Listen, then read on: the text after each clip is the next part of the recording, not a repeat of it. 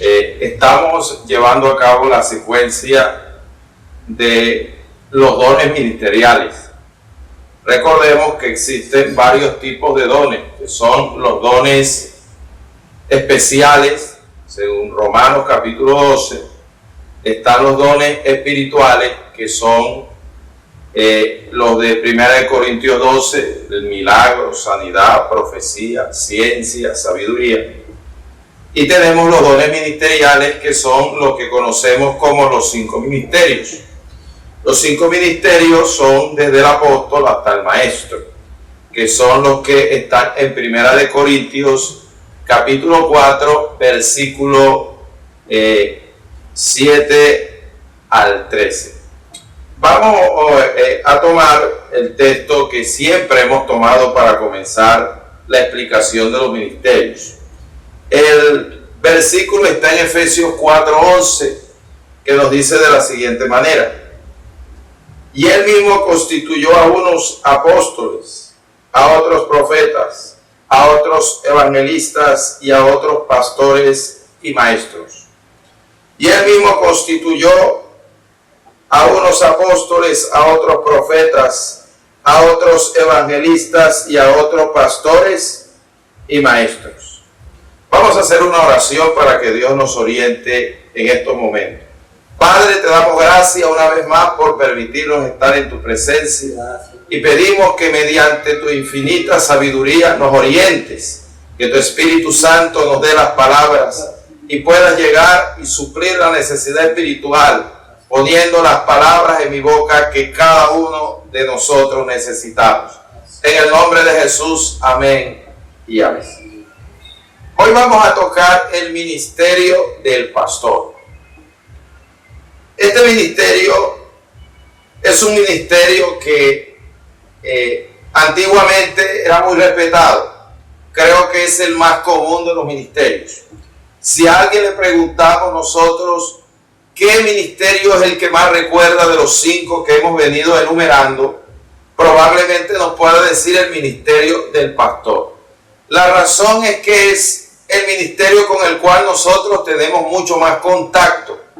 Casi siempre todos los problemas, y de los 5 ministerios con el que más tenemos contacto personal es con el ministerio del pastor. Por eso estamos más familiarizados con él.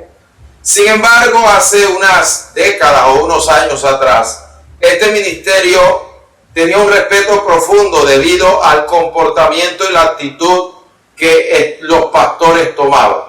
Hoy en día ha sido muy degradado, tal vez porque ha habido una gran explosión de algún ministerio que han querido subyugar, desaparecer o menospreciar este ministerio pastoral.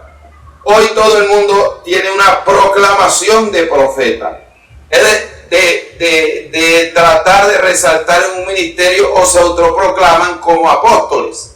Y parece que decir hoy en día soy un pastor, para algunos es un ministerio que no vale absolutamente nada.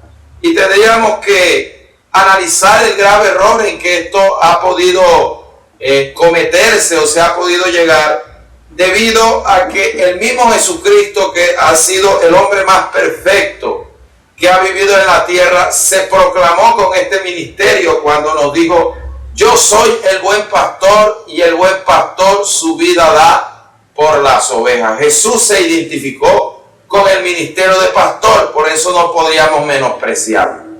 También podríamos decir que otro motivo por el cual este ministerio ha sido socavado y menospreciado es en parte porque el testimonio que se tiene hoy en día de un pastor, generalizando, es debido a que se han cometido muchos errores. Hay pastores que inclusive están en una cárcel pagando por una pena. Hay pastores que se les ha comprobado problemas de infidelidad. Hay pastores que por la avaricia han explotado una congregación, y tendríamos que ir analizando cada uno de los aspectos por los cuales este ministerio ha ido en decadencia. Una de las cosas que hemos podido analizar del ministerio pastoral es que esa decadencia es debido a que en algunos aspectos, algunos concilios se han desesperado por crecer o ha entrado en competencia un concilio con otro y prácticamente un concilio trata de ser o expandirse, ser más grande y más extenso que otro, y hay una precipitación por sacar pastores. Esta precipitación por sacar pastores conlleva a que hayan personas sin experiencia, sin la madurez, sin la formación o el trato de Dios de manera adecuada, para que cuando salgan al ministerio tengan que pasar por tantas pruebas, enfrentar tantas circunstancias y vivir bajo tantas luchas, que entonces tendríamos que ver prácticamente el fracaso en que muchas de estas personas en el ministerio pastoral han tenido que vivir, y eso se ha proliferado dentro de la sociedad, prácticamente dañando y perjudicando la imagen del pastorado. Pero seguimos creyendo que Dios sigue levantando hombres de Dios y sigue levantando personas que con convicción, con decisión, con pureza y con santidad y sacrificio han tomado este llamado en serio y lo han podido desarrollar de la forma como a Dios le agrada. Este es uno de los ministerios que podemos encontrar tanto en el Nuevo como en el Antiguo Testamento. Por ejemplo, podríamos observar el ministerio del evangelista, que no está en el Antiguo Testamento.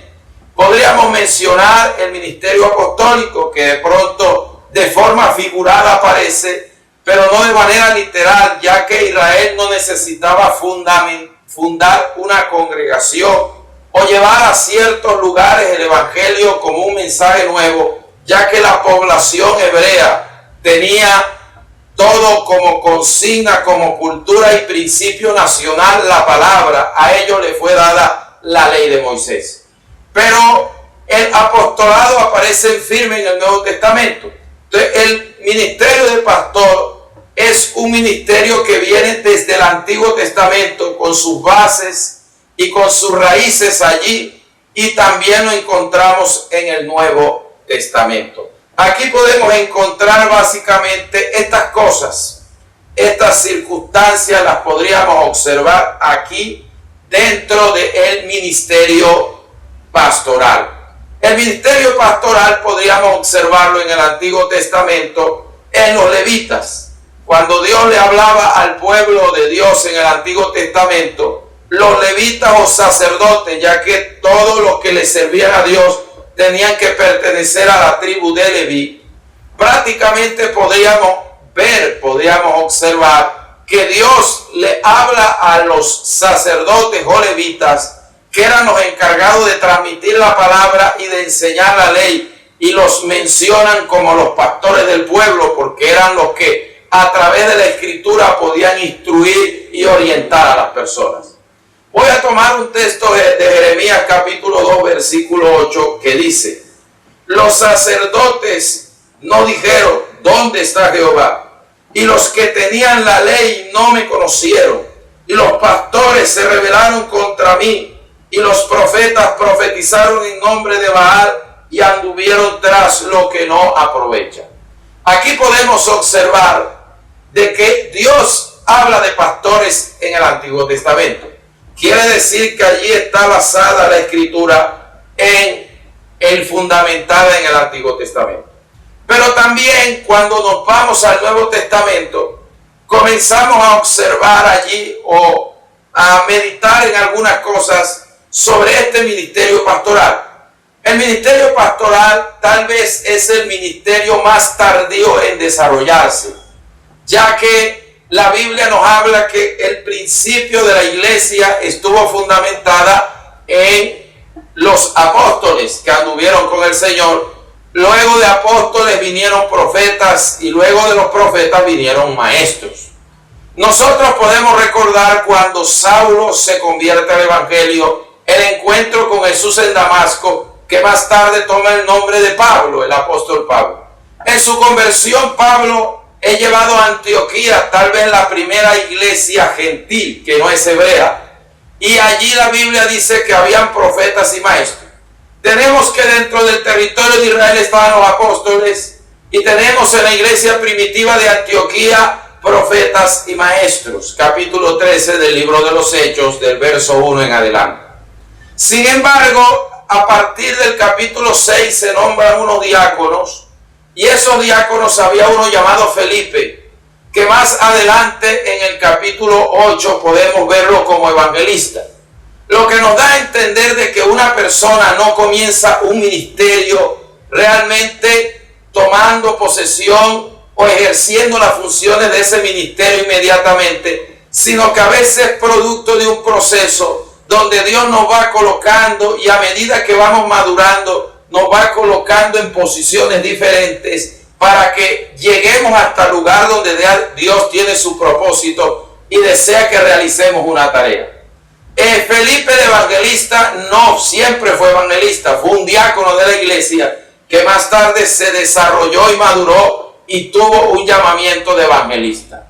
En el capítulo 21 vemos que en la casa de Felipe el evangelista llega un profeta llamado Ágabo, que ya había profetizado sobre una sequía anteriormente y profetiza sobre lo que le pasaría a Pablo en Jerusalén. Comenzamos a ver entonces que hay profetas, que hay maestros, que hay evangelistas y que hay apóstoles. Pero la figura de pastor no la vemos, sino aplicada a un tipo de persona totalmente diferente a lo que conocemos hoy como un pastor. Debido a que el ministerio pastoral es un ministerio de mucha madurez. El ministerio pastoral necesita tiempo para desarrollarse. No se desarrolla a la ligera, no se desarrolla precipitadamente. Y este ministerio requirió del mayor tiempo que los demás 4 ministerios para poder desempeñar su labor y para poder prácticamente ejercer lo que Dios tiene para las personas que tienen este llamado. Aquí encontramos entonces que Dios le aplica muchas veces la palabra pastor a los ancianos. Voy a tomar un texto en 1 de Pedro 5:5. Igualmente, jóvenes, están sujetos a los ancianos y todos sumisos unos a los otros. Pablo, cuando fue prisionero, pasaron por una playa y allí se arrodilló y mandó a llamar a los ancianos cuando iba rumbo a Roma. Y allí, cuando él manda a llamar a los ancianos para hacer una oración, le dice a los ancianos que tengan cuidado con el rebaño que Dios ha colocado en sus manos para que lo pastorearan. Le dice que los ancianos van a pastorear. Los ancianos no era gente que podíamos imaginarnos que todos eran de pelo blanco y arrugados, sino que eran ancianos de la iglesia porque tenían madurez. A alguien cuando está dentro de la iglesia y tiene madurez, podríamos decir que es un anciano. Y aquí Pablo le aplica la función de pastor a los ancianos y no directamente a los pastores. Cuando se le aplica el término realmente a los pastores, es una de las últimas cartas que se escribe en el Antiguo Testamento, como lo es la carta a los Hebreos, capítulo 13, donde dice: sujetaos a vuestros pastores, que os han hablado la palabra de Dios. Y comienza el escritor a decirnos directamente que hay pastores dentro de la iglesia. Quiere decir que el ministerio pastoral demora en desarrollarse y no lo hace de un día para otro. El orden de la iglesia, de los ministerios y los dones, Pablo lo explica en su primera carta a los Corintios. Voy a leer 1 de Corintios 12:38. Y unos puso Dios en la iglesia, primeramente apóstoles, luego profetas, lo tercero maestros, luego los que hacen milagros, después los que sanan, los que ayudan, los que administran y los que tienen don de lengua. Pablo comienza a hablar de el orden en que Dios ha puesto los ministerios. Y aquí podemos observar que podríamos decir, bueno, ¿y dónde están los evangelistas? ¿Y dónde están los pastores? Algunos consideran que cuando se habla de milagros y sanidades, se está hablando del ministerio de evangelista, porque es el que donde más se mueve comúnmente este tipo de dones, sin decir que hay hermanos que aunque no son evangelistas también lo poseen. Aquí se considera que cuando se habla de pastores, se utiliza la palabra administrar, luego lo que administra. Es el penúltimo en la lista. Quiere decir que fue uno de los últimos que Dios coloca porque el pastor es el encargado de administrar dentro de la iglesia local los otros 4 ministerios. Un evangelista debe estar sujeto a un pastor. Un profeta debe estar sujeto a un pastor. Inclusive un apóstol, si tiene iglesia, debe estar sujeto a un pastor. Y sucesivamente el pastor se convierte en un administrador y es una gran responsabilidad porque tiene que tener la madurez suficiente para mover 4 o inclusive los 5 porque puede tener otro pastor que está bajo su autoridad. Tenemos entonces cómo el ministerio pastoral se ha venido desarrollando a través del tiempo. Podemos entrar dentro de las funciones de un pastor. ¿Qué es lo que hace un pastor? Recordemos que cada ministerio tiene una función. A cada uno Dios le dio una función y para eso cada persona tiene un llamado específico. Dentro de lo que Dios le ha denominado a un pastor, una de la función primordial para este hombre de Dios, podríamos decir que es la autoridad local. La autoridad local trae como consecuencia prácticamente, primero, el orden. No se puede establecer un orden si no hay autoridad. Imagínense qué es lo que le da orden a una ciudad. La autoridad, los alcaldes, los gobernadores, los presidentes, la fuerza pública, el ejército, la policía. Si ellos no estuvieran investidos de autoridad, no podrían darle órdenes a la sociedad para mantener la organización de ella. Entonces, la autoridad trae como consecuencia que haya un orden dentro de la obra de Dios. Donde hay un desorden es porque hay falta de autoridad. Si usted llega a un hogar donde todo el mundo llega en la madrugada, donde todo el mundo pelea, donde todo el mundo hace lo que quiere, el niño que quiere estudiar, estudia, el que no quiere, no lo hace, ya podríamos hacernos la idea que allí hay falta de autoridad. Los desórdenes son producto de la flaqueza de la autoridad en un lugar. Y para eso Dios constituye a un pastor como autoridad local. La autoridad local de una iglesia es el pastor. A veces esta autoridad local tiende a ser vulnerable, tiende a ser golpeada, tiende a ser perturbada, tiende a ser usurpada, porque hay personas que a veces lamentablemente quieren dar golpes de estado dentro de la iglesia. Hay hermanos que se sienten más usados por Dios que el pastor y sienten que el pastor debería ser ellos. El hecho de que Dios use más a una persona que otra no quiere decir que una persona pueda usurpar el lugar de la otra por sentirse mejor que la otra. Cada persona Dios le delega algo. Usted lo puede usar Dios milagro, pero a él lo usa Dios administrando. Son dos áreas totalmente diferentes. Hay personas que son excelentes predicadores, pero son malos administradores. El hecho de que alguien predique bien no quiere decir que pastoree bien. Y eso es una confusión que hay, que todos los predicadores buenos lo quieren volver pastores. Ojalá todos los pastores predicasen bien, fueran excelentes predicadores, pero no es sinónimo siempre. Entonces no todo el que tiene un ministerio de predicación y de milagro está llamado a ser pastor.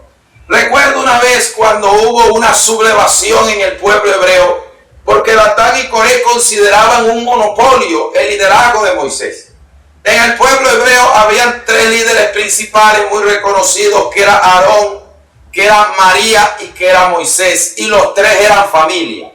Y al ser familia los 3, estas personas, Datán y Coré, consideraban que era un monopolio familiar, que esto no era un llamado de Dios, sino que esta era una organización creada por Moisés para beneficio personal de él y de su familia. Y hubo una revuelta donde Datán y Coré consideraban que Moisés no debería ser el líder y ser reemplazado por él y por su séquito. Moisés tenía una experiencia gloriosa con Dios, porque esto es muy importante, tener la certeza que Dios lo llamó a uno.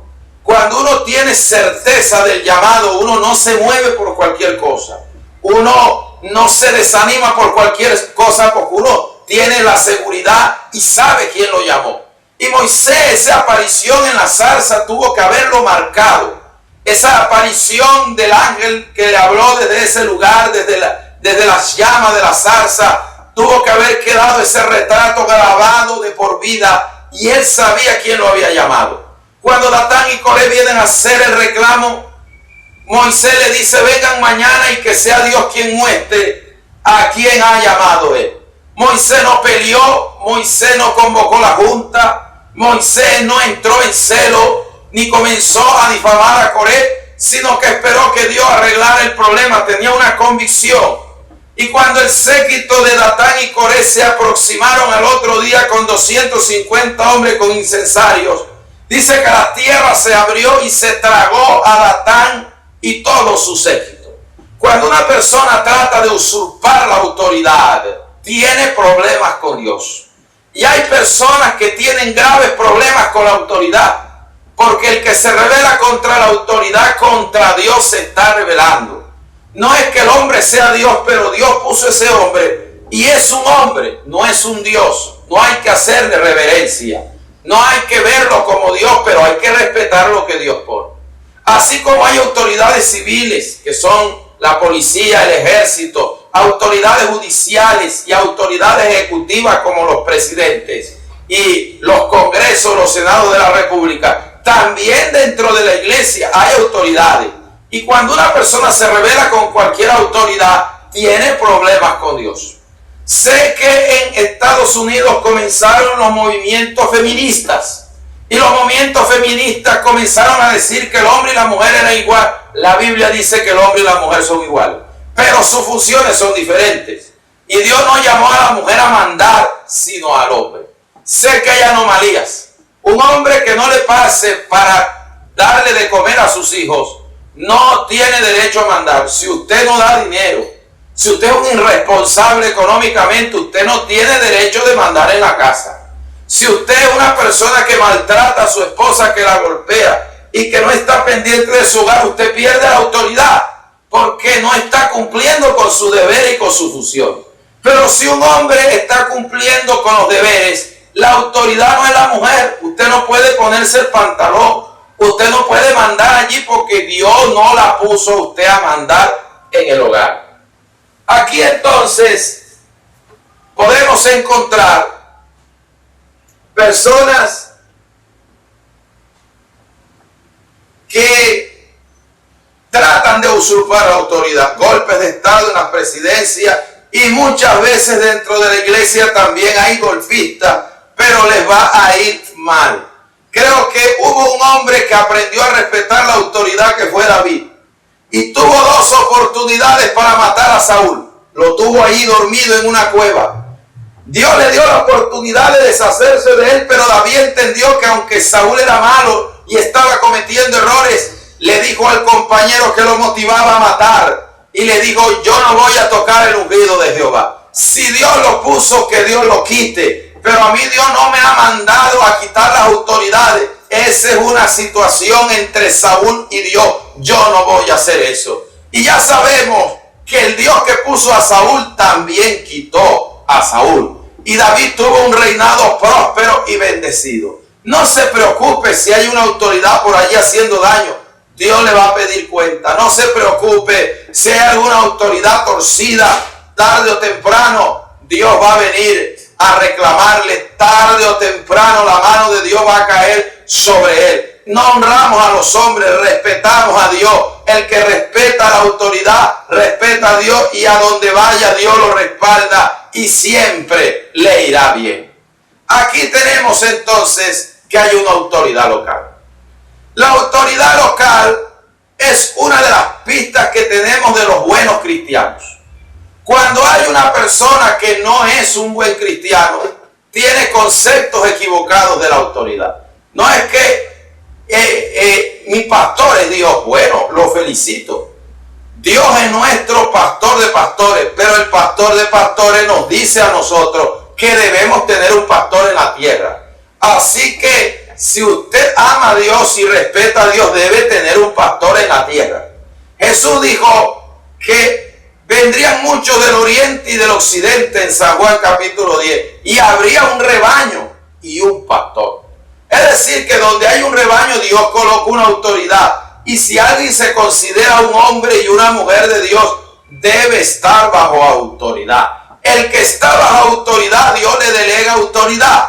No puede haber autoridad en un rebelde.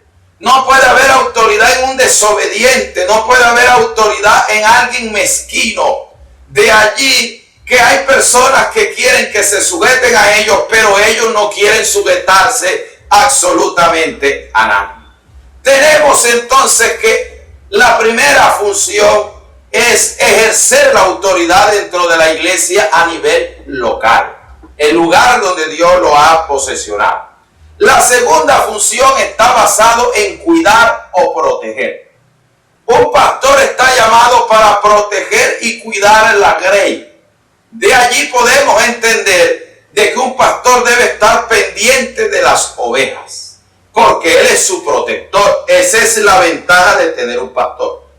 Creo que no todos nosotros tenemos la capacidad de cuidarnos a nosotros mismos. Creo que nosotros a veces necesitamos que alguien nos diga que hay un peligro, nos diga que hay una amenaza, nos diga que hay un problema y que puede estar a nuestra ayuda con un consejo, con una palabra sabia para decirnos exactamente que algo se avecina, que algo es problemático, que algo está al frente de nosotros, alguien prácticamente que pueda extender su protección. Y esto es fundamental. Primero, porque el proverbista nos dice a nosotros que debemos estar atentos a la condición de nuestras ovejas y que de allí viene la leche, de allí viene la lana y de allí viene la carne. El proverbista nos está diciendo prácticamente, si no cuidas y proteges las ovejas, tu sustento se va al piso. Y el obrero es digno de su trabajo. Si un pastor quiere la bendición de Dios, debe estar ejerciendo su función de proteger y de cuidar. Debe estar ejerciendo esa función de mantener el cuidado prácticamente de lo que es la obra de Dios. Pueden venir distracciones, pueden venir sobre la persona cosas que lo hagan desistir de esa función y estar pendiente de otra cosa totalmente diferente. Y ahí es donde viene el desgastamiento y donde vienen las frustraciones para algunos pastores, porque las ovejas se van dando cuenta que está pendiente más del trabajo que de la obra del Señor. Se están dando cuenta que está más pendiente muchas veces de la condición económica que de las almas, que está más pendiente y preocupado por cosas externas que no sean realmente la obra del Señor, y esto lo va perjudicando, esto lo va destruyendo, esto prácticamente va devastando el ministerio. Si hay algo que debe tener cuidado un pastor, es de las ovejas, porque ese es su trabajo. Imagínense un médico que no tenga tiempo para ver los enfermos. ¿Y qué es la función del médico? Si un médico, su trabajo es tratar con enfermos. Y si un médico no tiene tiempo para tratar los enfermos, ¿y entonces para qué es médico? Debería darle el puesto a otra persona. Y hay pastores que no tienen tiempo para las ovejas, y entonces, ¿para qué es pastor? Para eso es que se es pastor. Prácticamente para que la persona pueda proteger, para que la persona pueda cuidar, para que la persona pueda estar pendiente de la condición o puede estar pendiente de la vida de las demás personas. Esa es una de sus funciones primordiales, y es el cuidado de la obra del Señor, tener cuidado y protección, brindarle esa cobertura espiritual a las personas. Tenemos otra función que es la de alimentar. El pastor tiene la función de alimentar espiritualmente al rebaño. Es decir, que el pueblo debe estar recibiendo figurativamente pasto fresco constantemente. El pastor debe ser una persona que debe suplir la necesidad espiritual de la gente.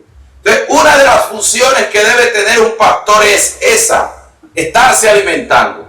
Porque si yo no me alimento espiritualmente, ¿cómo le voy a dar una palabra a las demás personas? ¿Cómo le voy a dar alimento a las demás personas? ¿Cómo voy a tratar de suplir la necesidad espiritual si la mía no la puedo suplir?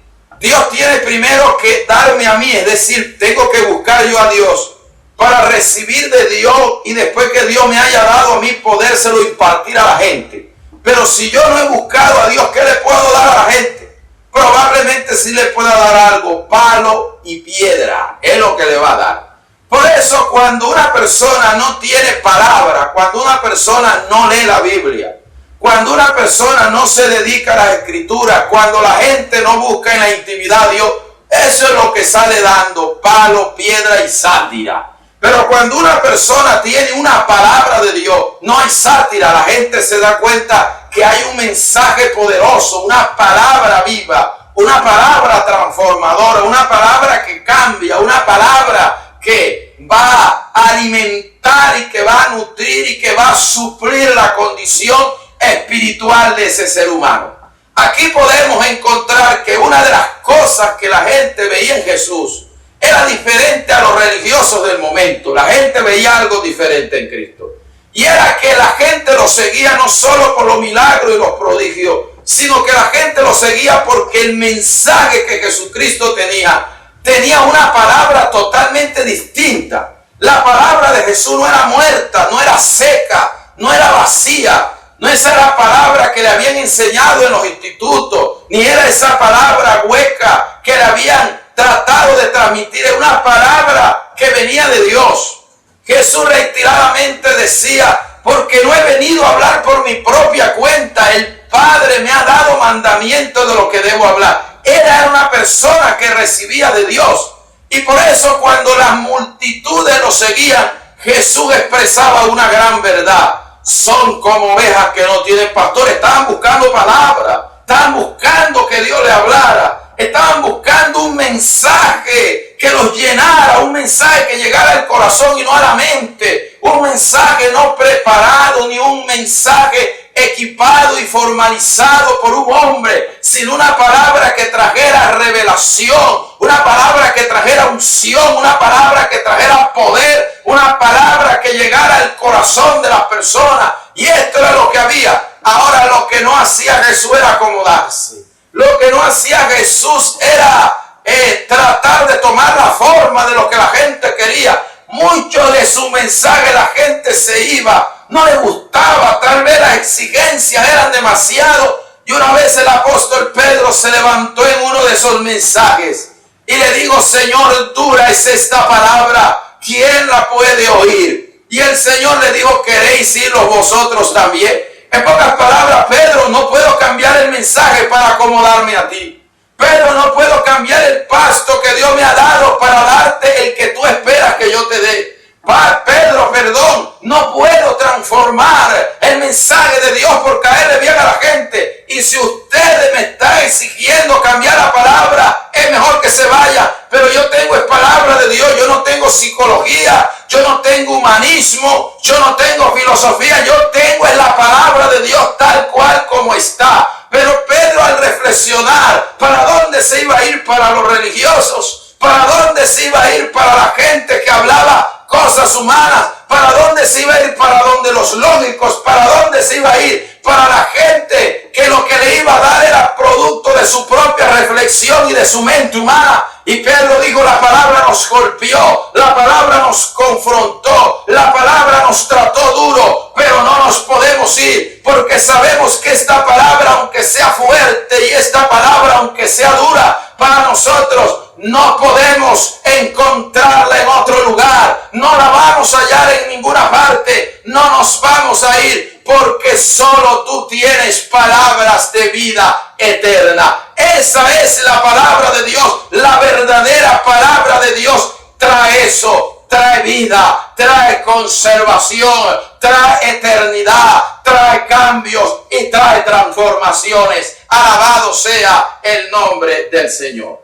Tenemos entonces que el pastor es aquel que se encarga de alimentar a la gente. Tomaré un pasaje de Mateo 24:45. ¿Quién es pues el siervo fiel y prudente, al cual puso su señor sobre su casa, para que les dé el alimento a su tiempo? Bienaventurado aquel siervo al cual cuando su Señor venga le halle haciendo así. Y tomaré una parte del Salmo 23 muy conocida. Jehová es mi pastor, nada me faltará.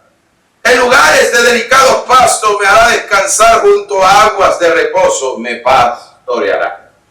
Tenemos entonces que hay que alimentar a la grey. Y número 4, tenemos otra función pastoral que es orientar. Creo que una orientación puede cambiar la vida de alguien o puede destruir la vida de alguien. Una buena orientación le puede dar vida a una persona, pero también le puede dar muerte. Una orientación puede darle la victoria, buena orientación. Pero una mala orientación puede darle una grave derrota. Orientar a una persona es una responsabilidad pero muy grande delante de Dios. Si uno no sabe orientar a la gente, la va a mandar a un precipicio, a un hueco profundo. La va a mandar a un caos, la va a mandar a su destrucción. Yo una vez hablé con un muchacho que quería casarse y el pastor discernió que no se quería casar por una dirección divina, por necesidad de un hogar, sino que lo que había era una motivación sexual. Y el pastor le dijo con mucho respeto: yo no lo voy a casar, porque yo sé que si usted se casa le va a ir mal en su matrimonio y yo no voy a ser responsable de eso. ¿Por qué no espera? ¿Por qué no le pide al Señor más tiempo? ¿Por qué no busca la orientación de Dios y no quiso? Se fue para otra iglesia donde sí lo casaron, sí le dieron la oportunidad que él quería y el matrimonio no duró 6 meses. A los pocos meses dejaron de ir ambos a la iglesia y se lo encontró alguien que le preguntó: ¿por qué no ha vuelto a la iglesia? ¿Por qué no vuelve? Y él dijo: si alguna vez vuelvo a una congregación, vuelvo al lugar donde salí. Y él le dijo: ¿por qué? Si en todas partes está el Señor. Y él le dijo: muy cierto. Pero yo sé que lo que el pastor aquel me dijo fue cierto. Yo me iba a casar mal. Y por eso el día que vuelva volveré a esa iglesia. La gente sabe quién le da una palabra de Dios. Si en el momento no lo sabe, con el tiempo lo sabrá, porque alguna vez va a madurar. Mientras que otros son facilistas, mientras que otros abren las puertas, mientras que otros aceptan de todo, pero algún día se van a dar cuenta quién va a orientar correctamente y quién no. ¿Quién le va a dar una palabra sabia y quién lo va a llevar a su debacle y a su clímax en su vida? Esto de orientar hay que ser muy sabio.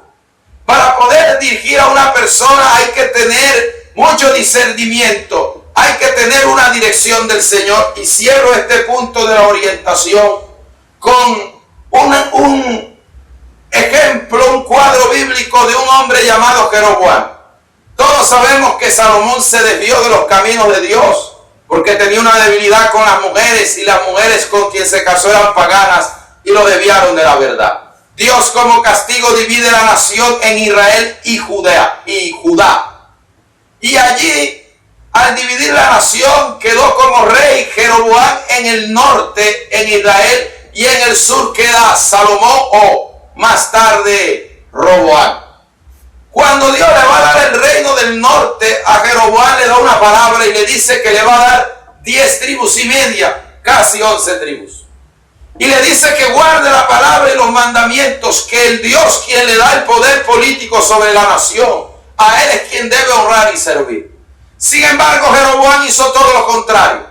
En Judá quedó el templo de Salomón, y el temor de Jeroboam era que la gente siguiera yendo al templo, a su antigua nación, y allí Roboam usara alguna estrategia política para robarse el corazón de la gente. Y digo, no hay necesidad de ir allá a adorar donde está el templo que Dios levantó a través de Salomón. Vamos a hacer nuestro propio templo. Inclusive vamos a hacer nuestros propios 12 dioses, y colocó un becerro en Dan y otro en Betel. La gente espiritualmente se prostituyó, se degeneró, cambió los mandamientos, puso sus propios sacerdotes, creó su propio sistema religioso, y al Dios a quien había honrado, a quien lo había colocado, quien lo había honrado y quien le había dado la posición, se le volteó completamente y se convirtió en su enemigo. Cuando el profeta Abdías le había dado la palabra a este hombre, le dijo que guardara, porque si no guardaba la palabra, el que no guarda la palabra le vienen consecuencias. Después que hizo un desastre en el país, lo desbarató por completo, lo quebró por completo, lo arruinó por completo, hizo un desastre en la nación. El hijo se enfermó de muerte, porque no buscó a los religiosos, porque no buscó a sus sacerdotes, porque no buscó el sistema que se inventó, porque no se fue para los muñecos y los altares que él mismo había formado y creado, porque él sabía que eso no tenía poder. Y le dijo a esta mujer: ve a donde el profeta Abdías, ve allá a donde Abdías para que ore por él, porque ese es un hombre de Dios. Él me dijo que iba a ser rey y Dios me puso como rey. La mujer se disfraza por miedo al pueblo, se va para donde el profeta, porque después que le habían dicho que el Dios de Israel no era Dios, sino los becerros que ellos habían puesto, entonces le daba pena reconocer que iba a buscar un profeta de Dios y que todo lo que habían dicho era mentira, todo lo que habían formado era falso, todo lo que habían hecho era hipócrita, y allí se va disfrazada.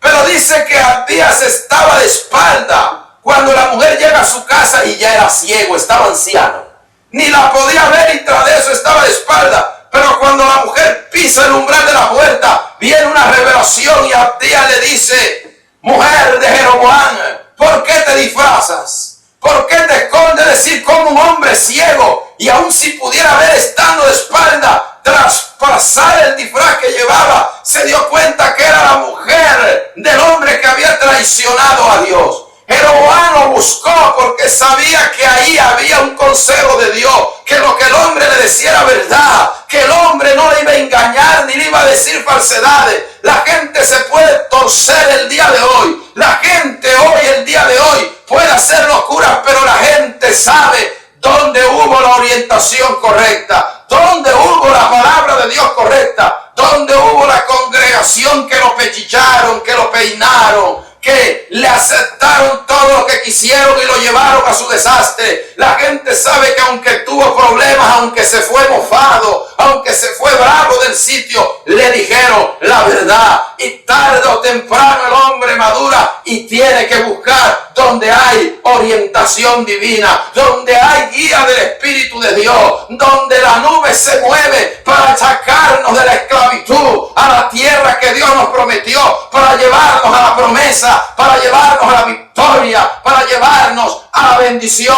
del reino de los cielos. Alabado sea el nombre del Señor. Tenemos la orientación. Podemos entender que entonces hay 4 funciones fundamentales: autoridad, cuidado, alimentación y orientación. Aquí tenemos los requisitos para ser pastor. Esto no es los requisitos para ser llamado como pastor, sino para ejercer el pastorado. Hay personas que tienen llamado de pastor, pero no están en condiciones de ejercer el pastorado. Eso hay que diferenciar. Y hay personas que están en condiciones de ejercerlo y no tienen llamado. Hay que tener las dos cosas. Es decir, el que tiene un llamado no es solo porque Dios le dijo que era pastor. Tienes que llenar las condiciones para hacerlo. De allí que Dios inspira al apóstol Pablo en 1 de Timoteo capítulo 3 para darnos una serie de requisitos, de cualidades o de características que prácticamente nos van enseñando a nosotros lo que una persona prácticamente puede ir haciendo o desarrollando dentro del ministerio, las cualidades que debe tener para ejercer ese ministerio. Lo primero que nos dice en 1 de Timoteo capítulo 3 verso 1 es: si alguno anhela obispado, buena obra desea. Dios llama al que quiera, pero la puerta está abierta. Si alguno quiere servirle a Dios, bueno, el Señor le está diciendo, buena obra desea. No es malo lo que quiere, pero es necesario, es decir, tienes que tener estas condiciones y un llamado de Dios. Lo primero que habla el verso 2 del capítulo 3 es la palabra irreprensible. ¿Qué significa la palabra irreprensible? Que no se reprende. La persona que se reprende es cuando usted la ve que está cometiendo errores o equivocaciones. Esta persona que vive cometiendo errores o equivocaciones son personas que no están preparadas porque va a estar siendo señalada, porque va a estar siendo vituperada, porque va a estar siendo escarnecida. Se equivoca, todos nos equivocamos. Pero irreprensible no es que usted comete un error hoy y le llamen la atención, y mañana otra vez hay que llamarle la atención, y pasado hay que llamarle la atención, y pasa un mes y hay que seguirle llamando la atención por lo mismo, y pasa un año y hay que seguirle llamando la atención por lo mismo. Es decir, son personas que cometen errores, se corrigen y no están cayendo en lo mismo constantemente. Ahí en la Escritura, la Biblia menciona que Dios puso sus ojos en un hombre irreprensible. La Biblia dice que estaba profetizado que un hombre con el espíritu, el carácter que el Espíritu Santo había desarrollado sobre Elías, lo iba a desarrollar sobre un hombre de Dios que iba a anunciar la venida de Cristo a través de María, la encarnación, no reencarnación, eso no existe en la Biblia, encarnación. Y cuando la Biblia habla de Juan el Bautista, para Dios traer a Juan el Bautista, puso sus ojos en dos ancianos que ya la esperanza de tener hijos se había acabado. Sin embargo, dice que estos eran irreprensibles en cuanto a la ley.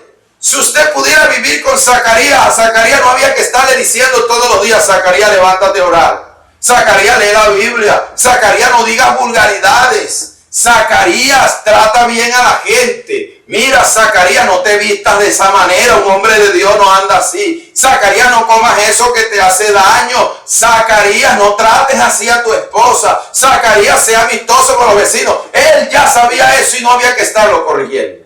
La Escritura dice que llegó a la hora de la oración en el orden que le tocaba. Muy correcto, muy justo. Era una persona que cumplía con sus compromisos, y el ángel Gabriel se le aparece para decirle que iba a tener un hijo y que llamaría su nombre Juan. Cuando Juan nace, dice que todo el pueblo se regocijó. Una anciana y un anciano que no tenían esperanza de tener hijos, pero lo que este hombre había cultivado durante años, durante el proceso de formación, lo que este hombre había cultivado durante todo el tiempo de vivir como a Dios le agradaba, y de no torcerse, de no desviarse y de no cambiar el fundamento que Dios lo había dado, llevó a que Dios hiciera un milagro sobrenatural en esta familia. Siempre habrá bendición para el recto. Siempre habrá bendición para el obediente. Siempre habrá algo especial para aquel que ha andado en rectitud y que ha vivido la Escritura, como dice el Salmo capítulo 1, cuando nos habla allí: no así los malos, que son como el tamo que arrebata el viento. Por tanto, no se congregarán los malos en la congregación de los justos. Aquí entendemos que irreprensible es eso. Tenemos también otro término que lo hablamos como marido de una sola mujer en el verso 2. Esto de marido de una sola mujer es interpretado de dos maneras. Lo primero es que no tenga dos mujeres al mismo tiempo. Decir marido de una sola mujer, tienes que estar casado con una sola. Hay personas que, aunque no se casan con varias mujeres, aunque estamos en países latinos, que no se permite la poligamia, usted aquí en Latinoamérica, al menos en la mayoría de los países, se tiene que casar con una mujer. Pero aquí la Escritura nos está diciendo a nosotros de que una persona, aunque esté casada con una sola, no puede tener otra por otra parte. Es decir, que está prohibido por Dios que alguien ejerza el pastorado en adulterio. El adulterio es una amenaza para el pastor. ¿Por qué? Porque el pastor tiene que tratar con una congregación donde hay muchas mujeres. Y hay mujeres que no van a la iglesia a buscar a Dios, sino a buscar otras cosas. Y si un pastor no se cuida, puede que termine siendo marido de varias mujeres. Por eso cuando una mujer tenga problemas emocionales, llame a la pastora, no se meta en ese cuento, porque puede terminar involucrado en que nadie me quiere, abráceme, deme un besito, y la carne es carne. El hecho de que un pastor esté ungido no quiere decir que no sea de carne. El hecho de que un pastor sea usado por Dios no quiere decir que esté hecho de hierro. Así que hay que ser prudente con esto, con el tema de las relaciones con los sexos opuestos. Aquí encontramos que dice marido de una sola mujer. También es interpretado de otra forma. Algunos consideran de que al mismo tiempo no se puede decir, si tengo problemas con mi esposa, yo me puedo divorciar y ya no soy marido de ella. Y me puedo casar con otra, entonces soy marido de una sola. Personalmente no manejo esta postura. La Biblia nos enseña que el matrimonio es hasta la muerte, Romanos 7, 1 en adelante.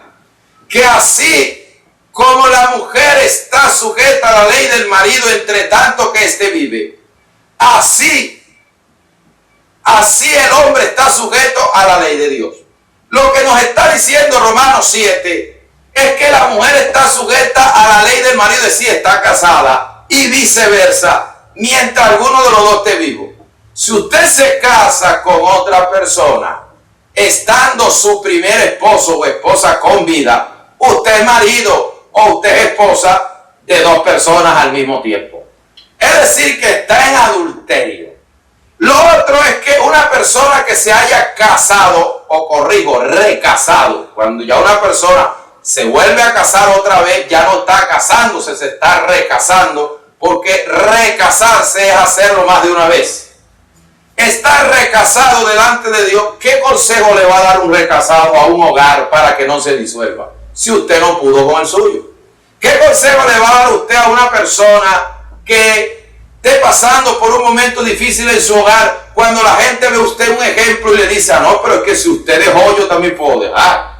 Si usted buscó otra solución, yo también la puedo dejar. No, pero peleé por su hogar, yo peleé con el mío, sí, pero tengo la solución, como usted también la tuvo. Creo que se pierde autoridad para uno tratar con los problemas del hogar. Pero si la gente, la buena y los malos, la ve con su esposo, con su esposa, la gente dice, este hogar es ejemplo, este hogar ha aguantado, este hogar ha soportado, este hogar ha sobrevivido en el tiempo. Eso infunde respeto en el hogar, como dice Veros 13. Sea honroso en todos el matrimonio y el lecho sin masilla. Tenemos en el verso 2 la palabra sobrio. La palabra sobrio aquí en 1 de Timoteo capítulo 3 verso 2 se traduce sano, probablemente demente, que no pierde el juicio, que no mantenga la razón o la cordura. Quiere decir que un pastor que no tiene sobriedad puede perder el control de su carácter en cualquier momento. La persona que pierde la sobriedad queda como un estado de borrachera. Por eso el que está bajo estado de alcoholismo, uno le puede decir a esa persona que perdió la sobriedad. Recuerdo un hombre que la borrachera le puso no solo fin a su vida, sino que también le puso fin a un imperio completo. Belsasar era rey de Babilonia. Y Belsasar, en una fiesta con el gusto del vino, cometió un grave error. Se atrevió a traer los vasos donde los sacerdotes de Dios bebían en Jerusalén para servir vino allí para emborracharse. Y a Dios le enojó tanto esto que mandó una mano que escribiera en lo encalado de la pared. Eso de que la gente dice, no, pero es que en las bodas de Caná se puede beber. Mire lo que a Dios le desagradó con ver vino en sus vasos, con ver alcohol en sus vasos, con ver ron en sus vasos, con ver whisky en sus vasos. Y tras una palabra, aquella mano que apareció escribiendo que decía en persa, Mené, Mené, Tekel, Upasí. Trajeron a Daniel, un sabio de Dios que había allí, y tradujo aquella revelación y dijo, tu reino ha sido roto, pesado ha sido en balanza y ha sido hallado falto, y Dios ha entregado tu reino a los medos y a los persas. No solo Dios esa noche desbarató el imperio babilónico y los medos y los persas tomaron el reino, sino que Belsasar fue muerto esa noche también. La sobriedad nos lleva a tomar decisiones que nos cuestan. Por eso es necesario alguien sobrio que si le grite, él no grite. Que si ve una situación dura, no se altere su carácter, sino que mantenga su posición, que mantenga sus rasgos, sus genes de la personalidad que Dios le ha dado, que siempre siga siendo el mismo, que no se salga de sus cabales. Tenemos el término decoroso. La palabra decoroso significa ser ordenado. La organización es fundamental en el ministerio pastoral. El ministerio pastoral es un ministerio donde el tiempo es supremamente importante. Hay pastores que se dan el lujo de hacer siesta. Usted me dirá, es que un pastor no tiene derecho a hacer siesta. Con la ocupación que tiene un pastor, no sé a qué hora la va a hacer. Hay pastores que en el Senado de la República, yo digo, no tiene tiempo para visitar las ovejas y se están lanzando a senadores. Yo digo, tiene tiempo para el Senado y no tiene tiempo para pastorear a las ovejas. Se lanzan de alcaldes y están buscando, como decimos coloquialmente en mi tierra, le están buscando otra pata al gato. Creo que es suficiente con el trabajo de la obra, más bien el tiempo a veces ni alcanza para hacer otras actividades. La persona decorosa es esa persona ordenada. Es decir, que un pastor no improvisa. Un pastor es una persona que tiene una organización. Hay personas pentecostales que no les gusta este término. Yo no estoy hablando de un orden carnal, estoy hablando de un orden espiritual. Quiere decir, haga y planee un orden de acuerdo a la dirección de Dios. Porque Dios es un Dios de planes. Todo el proceso de redención y de los propósitos de Dios con la raza humana desde Génesis hasta el Apocalipsis, podrá ver que fueron planeados por Dios, no fueron improvisados. Y hay gente que le encanta la improvisación, que le gusta en el momento tomar decisiones sin medir las consecuencias. Y un pastor debe tener mucho cuidado con eso porque puede afectar la obra del Señor. Y una vez escuché un testimonio de un hermano que le propuso a la junta de una iglesia darle unos talleres. Sin embargo, la junta dijo que no había cupo porque toda la gente estaba llena. Al tercer día de haberle hecho la propuesta, siendo miembro de esa iglesia, se dio cuenta que un mismo hermano, una congregación que pasaba de 300 a 500 personas, prácticamente 500 personas, el mismo hermano leyó la Biblia, el mismo hermano cantó, el mismo hermano oró, el mismo hermano predicó, el mismo hermano mandó a recoger la ofrenda, el mismo hermano hizo todo lo que se hace en el servicio. ¿Por qué? Porque no había quien predicar ese día, y no fue porque el predicador no fue. No había quien cantar ese día. No tenían ninguna planificación. No estaban organizados. Había un indecoro allá adentro y le habían dicho al hermano que la agenda estaba llena. Prácticamente son personas que no les gusta planificar. No les gusta hacer nada con el tiempo. No les gusta orarle a Dios para sacar un plan a la voluntad de Dios. Sino que todo es una improvisación. Y por eso a veces la obra de Dios sufre algunos debacles, porque sencillamente le atribuyen eso al Espíritu Santo, que es como el Espíritu guía, pero el Espíritu no hace esos desórdenes, ni hace esos desastres, ni trae esos problemas. Hay que aprender a planificar dentro de la voluntad divina. Eso es lo que es decoroso. También se puede traducir en el orden moral. Cuando una persona va a agregar un principio moral a su vida, no debe improvisarlo. Hay gente que agrega principios. Es que en el concilio me dijeron que ese principio está aquí. Pero vamos a analizar si ese principio es de Dios. Hay personas que agregan principios morales porque suena bonito, porque me gustó, porque me agradó. Usted tiene que sentarse a pensar, sentarse a meditar. ¿Qué consecuencias le puede traer si usted guarda un principio de esto? La palabra decoroso es aplicada por el apóstol Pablo en 1 de Pedro capítulo 3 al hablar de la vestimenta de la esposa o de la mujer. Es decir, que una mujer debe planear lo que se va a poner. Por eso cuando uno ve algunas vestiduras provocativas por allí, la gente dice, ay, pero es que no sabe cómo le queda. Claro que se vio en el espejo. ¿Por qué cree que se la puso?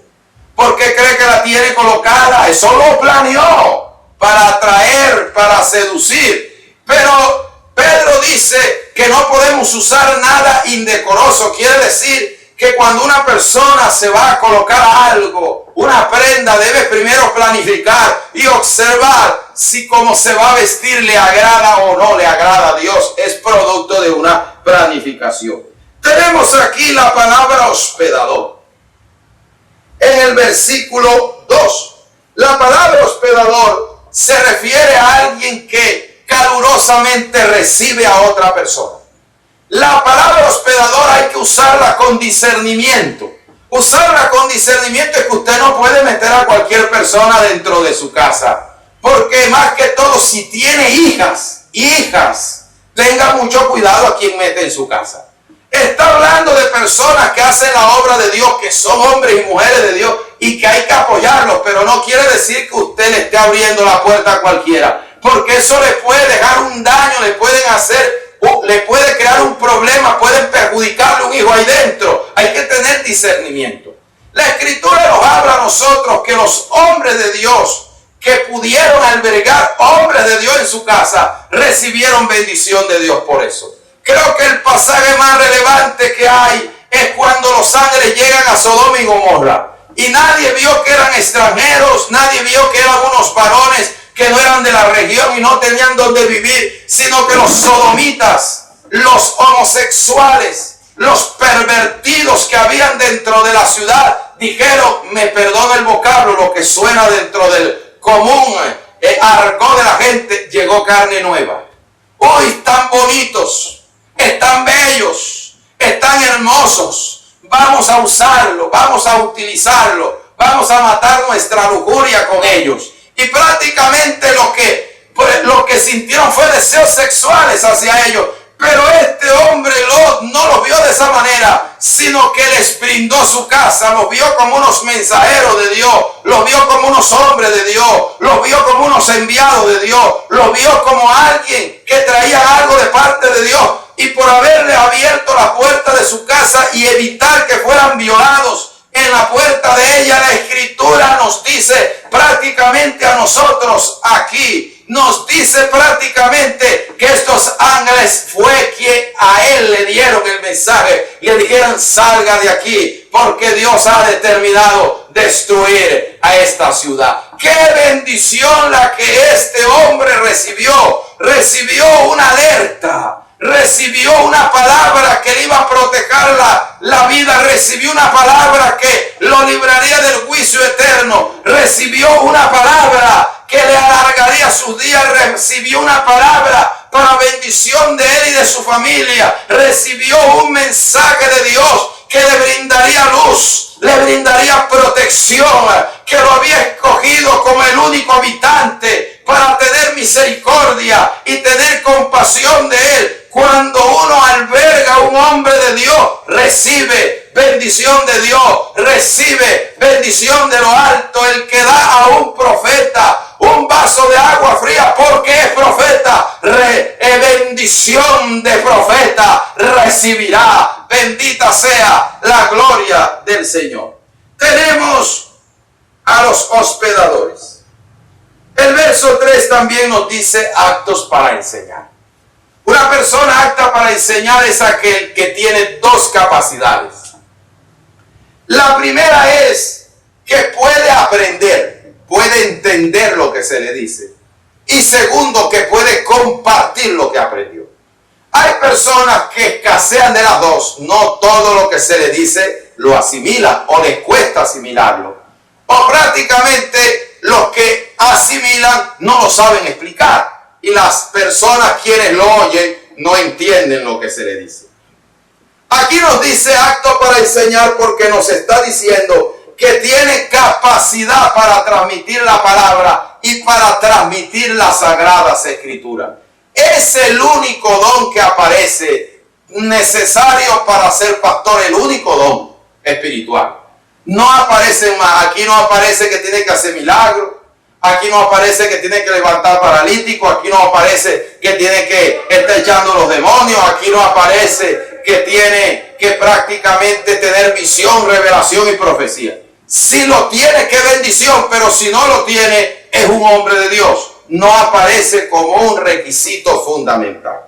Tenemos también aquí otro requisito, no dado al vino. En nuestros días, el licor ha tratado de legalizarse. Son muchas las personas que quieren legalizar el alcohol dentro de la iglesia. Un traguito no es malo, eso lava los riñones. Eso es bueno para la garganta. El alcohol lo necesita el cuerpo, pero no el alcohol metílico, hay varios tipos de alcohol. El etano, el etílico y el alcohol que está en la naturaleza, en el banano, en la yuca, no es el mismo alcohol de la cerveza. Hay gente que transgiversa la información. El que necesita el cuerpo no es ese que está en la cerveza, ni en el ron, ni en el whisky, es otro tipo de alcohol. Les gusta transgiversar la información. El alcohol antiséptico que usted se echa en el cuerpo cuando se lava las heridas no es el mismo alcohol que se usa la gente para emborracharse. Hay gente que sí lo usa para emborracharse, pero tiene que tomárselo en cantidades excesivas para que le haga efecto. Es un alcohol que es para sanar heridas, y el alcohol con que se emborracha la gente es totalmente diferente al que se usa para curar heridas. Entonces hay varios tipos de alcohol. Y entonces se ha querido introducir con falsas enseñanzas para que una persona se alcoholice. Al alcoholizarse va a perder el sentido, va a perder la personalidad y va a ser locura.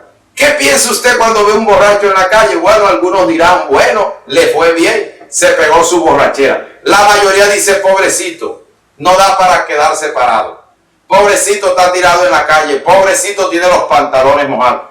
Un pastor no puede llegar en esa condición o quedar en esa condición delante de los demás. Leo un texto en Efesios 4:19. No os embriaguéis con vino en el cual hay disolución, antes bien sed llenos del Espíritu. Tenemos otra característica, no pendenciero. ¿Qué es un pendenciero? Un pendenciero indica una persona que se burla o hace necedades. Se traduce en el griego original que se escribió la palabra pendenciero como golpeador. Es decir, que hay personas que cuando hablan, golpean. Yo a veces observo que hay gente que les gusta ponerle sobrenombre a los demás. Y los sobrenombres son ofensivos. Por eso hay gente que le encanta no solo hablar necedades, sino burlarse de la gente, y eso golpea. Eso maltrata la emoción, el autoestima y la condición de las personas. Un pastor debe cuidarse de esto, porque puede faltarle el respeto a alguien y se puede crear un problema. Debe distanciarse de las palabras necias y de las palabras golpeadoras. Una vez yo vi una discusión de dos personas y el esposo detuvo la discusión diciendo, pero tú siempre eres la que te pones brava y comienza la pelea. ¿Por qué? Y la mujer le dijo, lo que pasa es que usted hace tiempo me dijo que yo estaba gorda.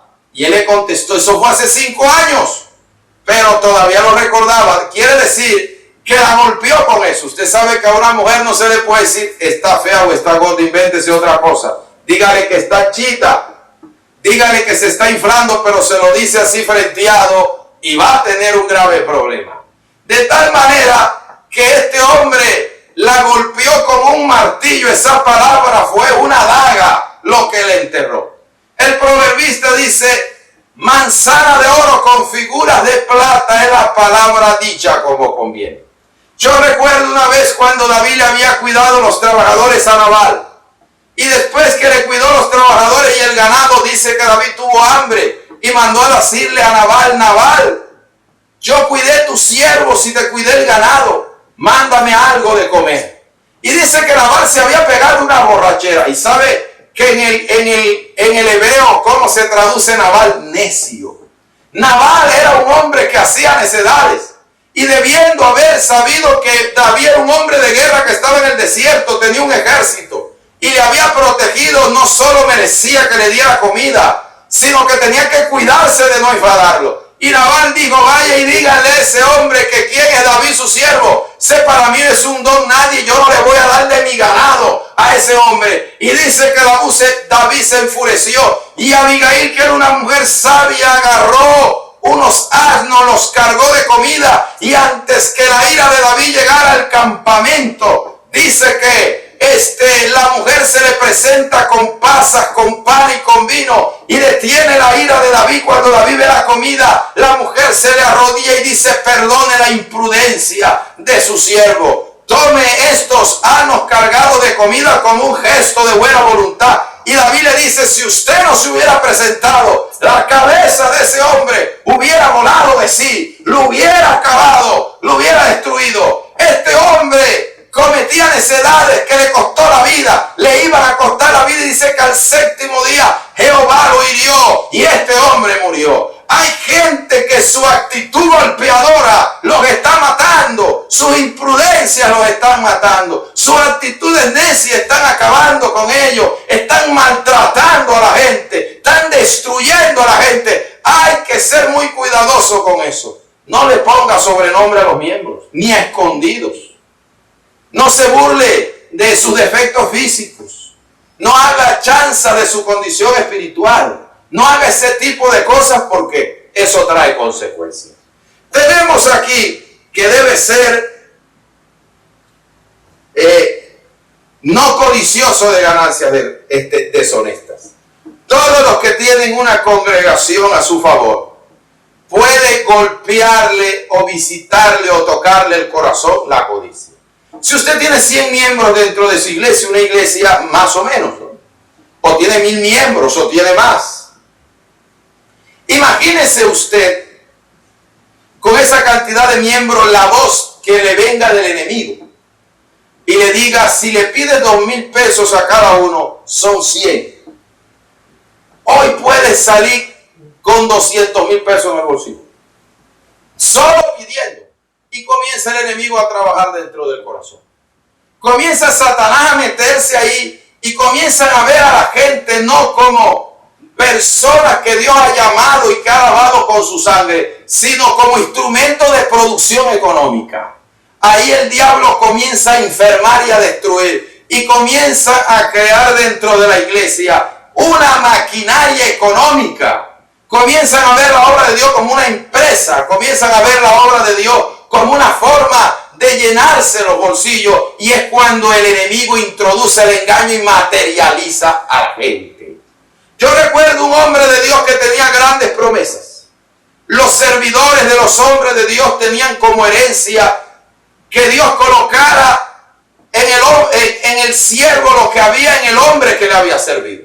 Recuerden que Eliseo caminó con Elías, y por haber caminado con Elías, cuando Dios lo levanta, el manto y la unción y el poder que había en Elías, Dios llevárselo reposa sobre Eliseo.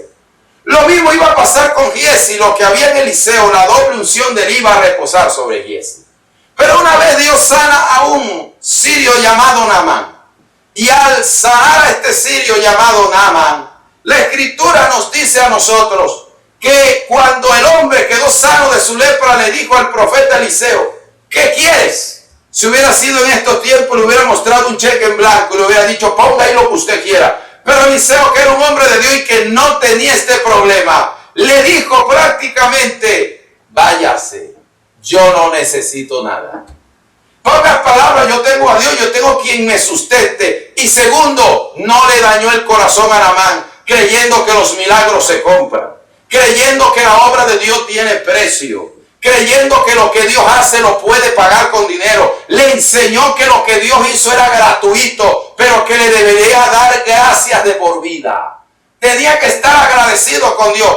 Pero cuando Naamán se va, Giesi dijo: este general importante, poderoso, este general con plata, yo no lo dejo ir. Y se fue detrás de él, escondido de Eliseo, y le digo: mi señor dice que acaba de llegar unas visitas y necesito unos vestidos y necesito un talento. Y el hombre estaba tan agradecido de las cosas de Dios que yo: no le voy a dar un talento de plata, le voy a dar 2. Y le voy a dar los vestidos y voy a mandar unos siervos que los carguen hasta donde usted le diga. Y los escondió en una cueva. Cuando llega donde estaba Eliseo, Eliseo por revelación le dice: Giesi, ¿dónde estabas? Y le dice: yo Tu siervo no ha ido a ningún lado tras de avariento embustero, porque todos los avarientos para justificar su avaricia echan mentiras. A la avaricia que se había apoderado de este hombre le dice: no estaba mi corazón cuando ibas tras el carro, y te dieron los vestidos y te dieron el talento, por tanto la lepra que tenía Naamán se te pase a ti, y salió blanco como la lana. Hay gente leprosa, hay gente enferma, hay gente destruida moralmente, hay gente acabada, hay gente devastada, que han cambiado la herencia de lo que Dios le ha dado por unas cuantas monedas. Por eso, cuando fueron a enterrar a Eliseo y venía una banda armada, la gente del susto tiró el cajón encima de otra tumba y el muerto resucitó, porque la unción estaba en los huesos. Y no es porque Dios una a los muertos, porque hay gente que dice que va a orar a cementerios donde hay hombres de Dios para que le responda. Es una mentira del diablo. La unción quedó en los huesos, no para formar un foco de idolatría, sino es un mensaje de Dios diciendo: no hay a quien dársela. No hallé un Elías que se atreviera a beber agua del arroyo. No hallé a un hombre que se despojara de todo lo que tenía por servirme a mí. El que estaba al lado se volvió avariento, se volvió con ganas de tener dinero y poder, y por eso preferí enterrar al profeta con la unción y no dársela a una persona avarienta. Usted tiene que decidir entre la plata, lo de abajo o lo de arriba. Usted tiene que hacer como el hombre rico, tratar de que Dios le dé la vida eterna y recibir 100 veces más, y su nombre, como Pedro, estar escrito en uno de los cimientos de oro de la Nueva Jerusalén, o irse con su plata y con lo que tenía. Y él sí quedó enfermo, quedó con dinero, pero su ministerio quedó devastado. Tenemos un Dios que bendice. Dios le puede dar un carro, Dios le puede dar casa, Dios lo puede bendecir, pero lo puede bendecir de la manera de Él. No es saqueando a la gente, ni quitándole a la gente. Tenemos un Dios grande en los cielos que tiene los recursos para pagarle y bendecir a su siervo. Alabado sea el nombre del Señor. Tenemos amabilidad. Verso 3 del capítulo 3 de Primera de Timoteo. ¿Qué es la amabilidad? La amabilidad es cómo tratamos a las demás personas. Quiere decir que una persona no puede ser agresiva en su forma de tratar. No puede ser soberbia en su manera de tratar. No puede ser controladora en su manera de tratar. Yo recuerdo un líder una vez que vieron a un niño que estaba yendo a la iglesia jugando maquinitas de echar monedas. Y le digo estas palabras: el líder, usted sabe que a mí no me gusta que la gente juegue eso. Yo dije: ¿a él no le gusta o a Dios no le gusta? Usted está transmitiendo lo que a Dios no le agrada o lo que a usted no le agrada. Aquí entendemos prácticamente que la persona amable sabe tratar a la gente. No estoy hablando que sea boba, que sea amable. Voy a dar un texto bíblico. Primera de Timoteo 3:24. Porque el siervo del Señor no debe ser contencioso, sino amable para con todos, apto para enseñar, sufrido. La persona apacible. La palabra apacible en el griego se traduce apropiado. Una persona apacible es la que en una circunstancia determinada sabe cómo tratar esa circunstancia. Yo sé que hay circunstancias en que una persona puede enojarse. Yo sé que hay circunstancias en que una persona puede callar, y hay circunstancias en que hay que hablar.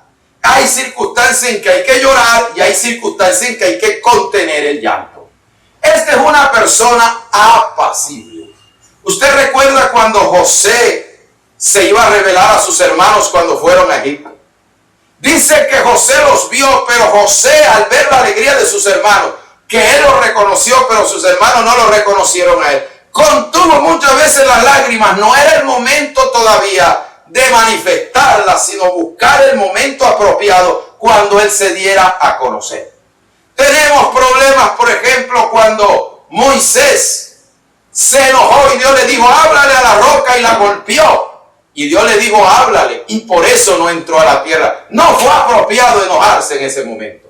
Mientras que cuando bajó de el monte con las tablas de la ley, las rompió al pie del monte. La escritura dice que se enojó y mandó a destruir los becerros de oro, y Dios no le dijo nada, sino, oye, púlete unas tablas y escribe los mandamientos que yo te di.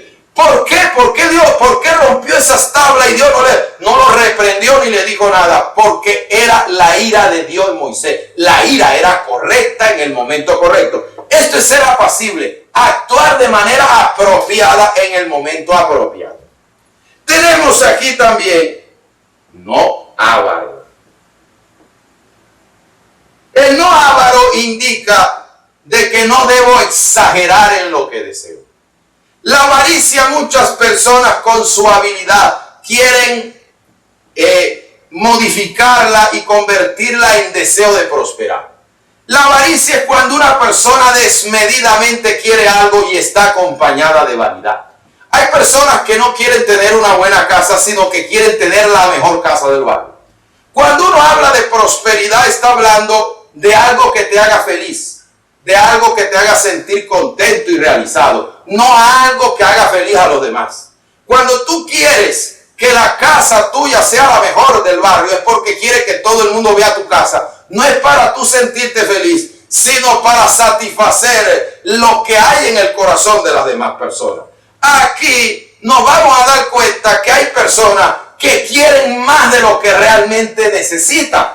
Y cuando uno realmente quiere más de lo que necesita, podríamos hablar entonces de avaricia.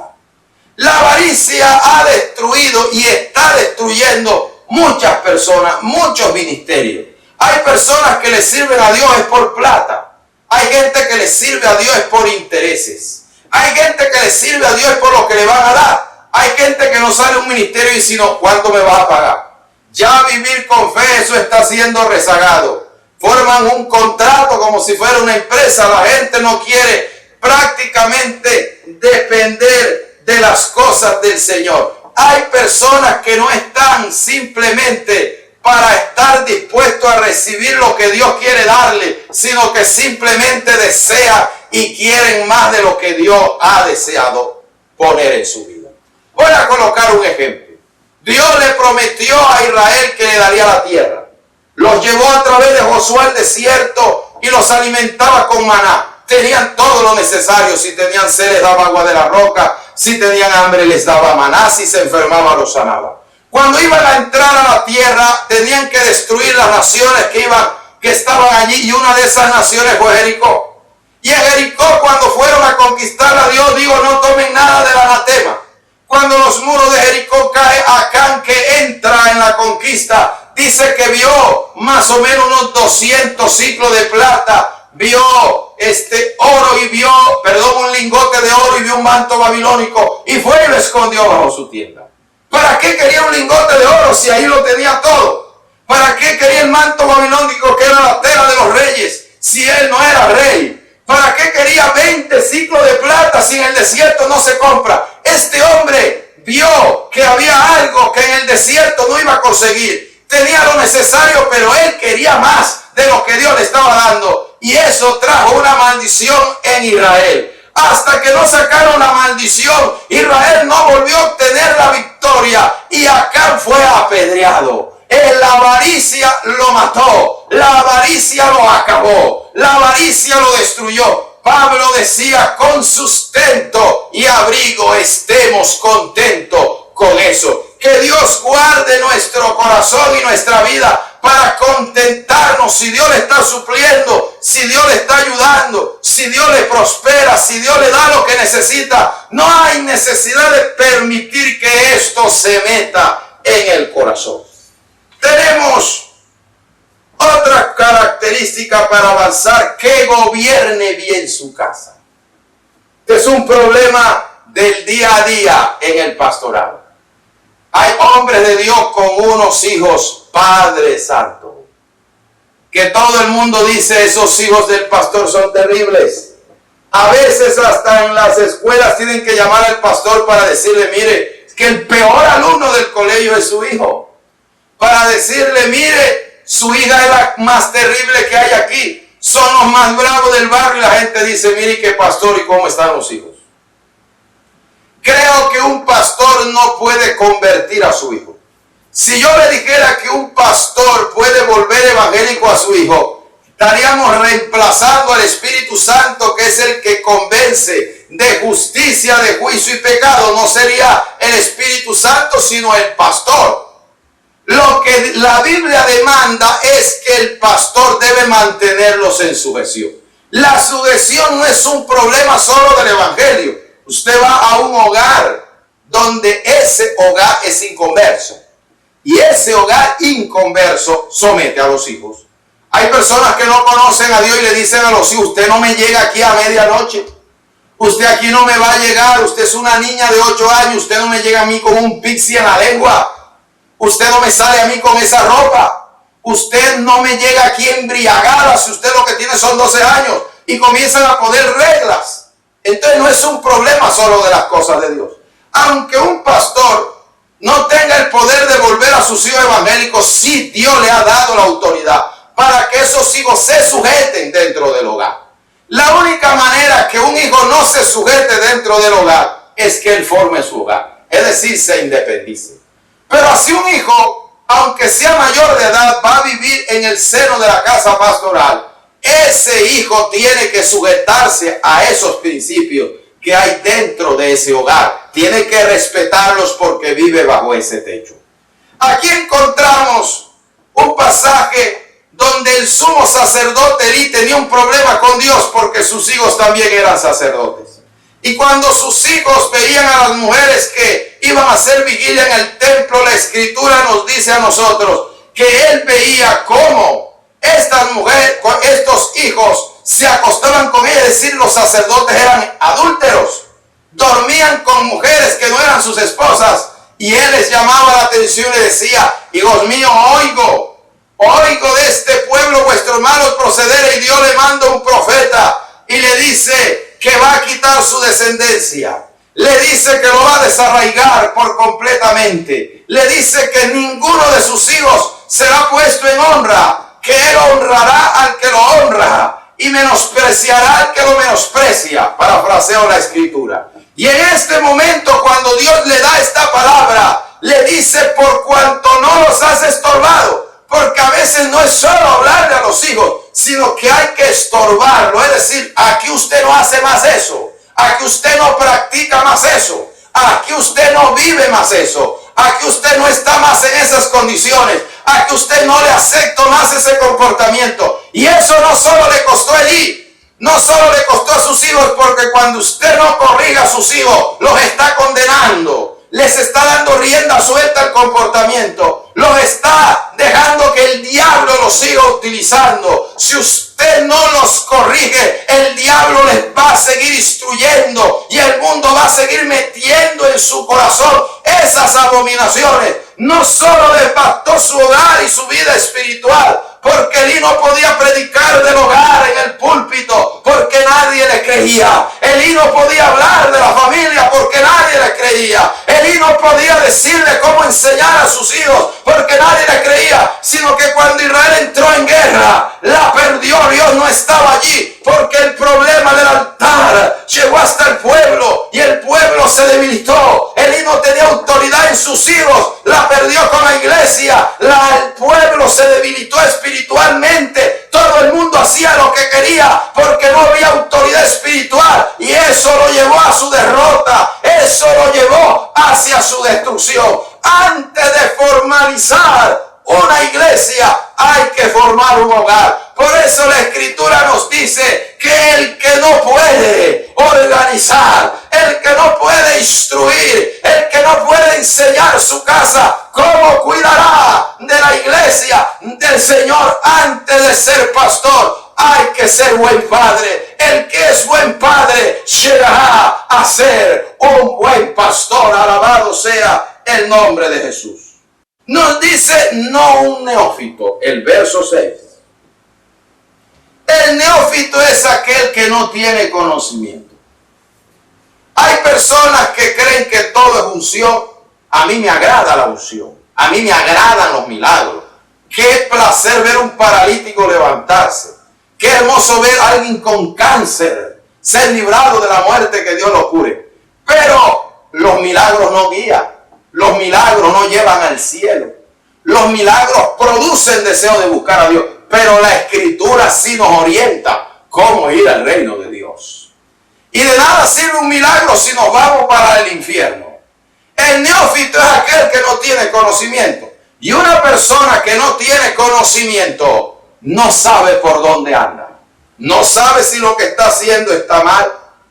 No sabe si lo que está haciendo está bien. No sabe si lo que está haciendo tiene fundamento. Sino que son personas que prácticamente hacen las cosas de acuerdo a lo que se le vienen a la mente. Y todo neófito termina mal. Si usted se deja guiar por un neófito, usted va a tener el mismo destino que un neófito. ¿Qué es un neófito? El que no conoce la doctrina.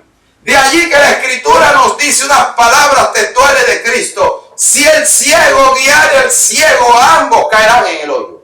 Si no sabes por dónde va el hueco en que tú caigas, el que te siga caerá en el mismo hueco. Cito un pasaje bíblico. Y la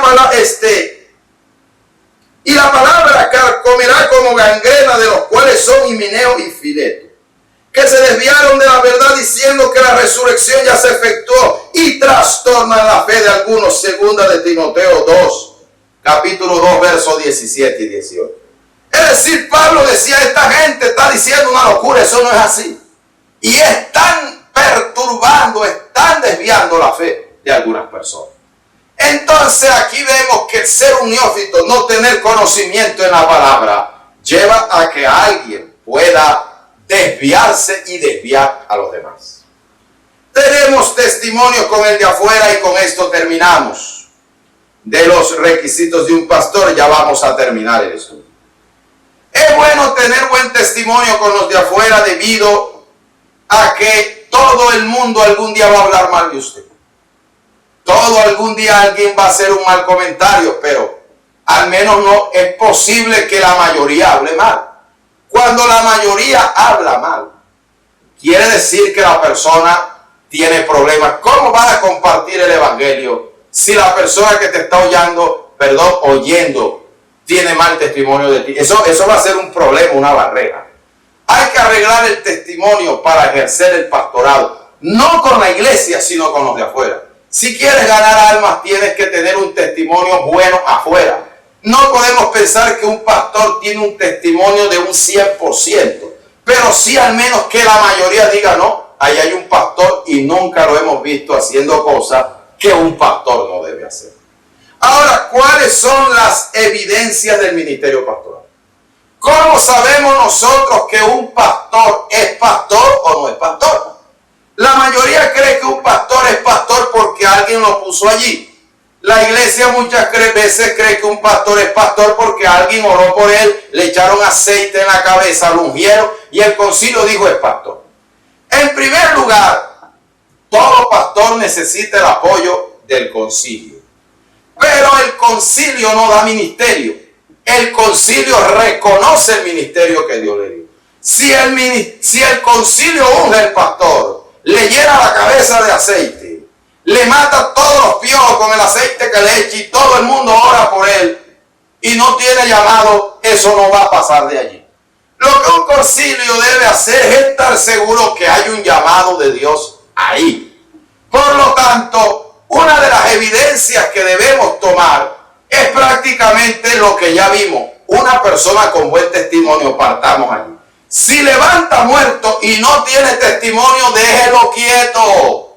Porque después que levante un muerto y lo vean haciendo cosas que no debe hacer y lo vean pecando, no va a haber quien le arregle el testimonio. Ni muerto resucitado, ni paralítico resucitado. No va a haber quien le arregle el testimonio. Primero está el testimonio, eso es lo más importante. Segundo, que ha sido procesado. Si una persona no ha pasado por el proceso de Dios, no puede servirle a Dios. ¿Por qué? Porque Dios no lo ha tratado. ¿Por qué hay personas que caen en un ministerio no aguantaron una tentación porque no había pasado por eso? Por eso Cristo, para salir al ministerio, la Biblia dice que el Espíritu lo llevó al desierto. El mismo Espíritu Santo, y allí el enemigo lo tentó. el deseo de los ojos le mostró los reinos del mundo. Los deseos de la carne, convierte las piedras en pan y come. Y la vanagloria de la vida, tírate del pináculo del templo, que tus sangres te agarrarán para que tu pie no tropiece en piedra y todo el mundo verá la grandeza de Dios y será famoso. Y Jesús le dijo, no, yo no voy a hacer eso. Sujetó la carne, por eso tuvo un ministerio de bendición, un ministerio próspero, porque fue procesado primero por Dios antes de salir al ministerio. Una persona sin proceso de Dios se debilita. Recuerdo que Jeremías, cuando Dios lo llama, el concepto ministerial que tenía era que le iba a ir bien, y es cierto, al que Dios llama le va bien, pero hay que pasar por una serie de circunstancias y de problemas.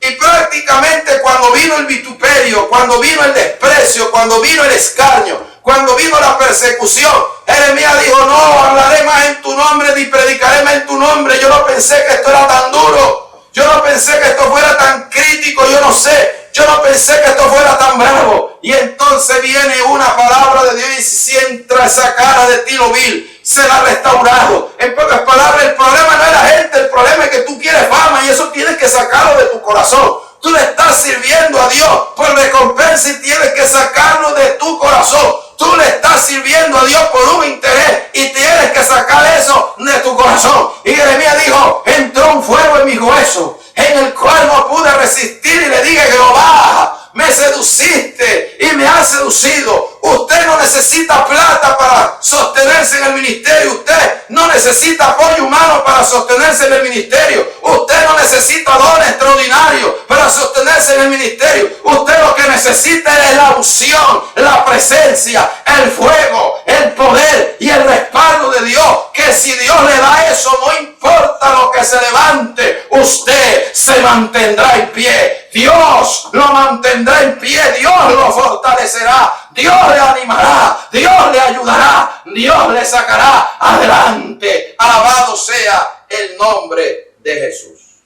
Tiene que pasar por un proceso. Voy a leer un texto. Y estos también sean sometidos a prueba primero, y entonces ejerzan el diaconado si son irreprensibles. Aquí el término también viene hablando del pastorado en 1 Timoteo capítulo 3. Así como se prueban los diáconos, hay que probar también a un pastor. Número 2, que se ha podido juzgar su condición por los demás. Quiere decir que ya la gente lo haya examinado en la iglesia, lo conozca, ya haya pasado por un proceso y la gente dice, sabemos que es un hombre de Dios, sabemos que es una mujer de Dios.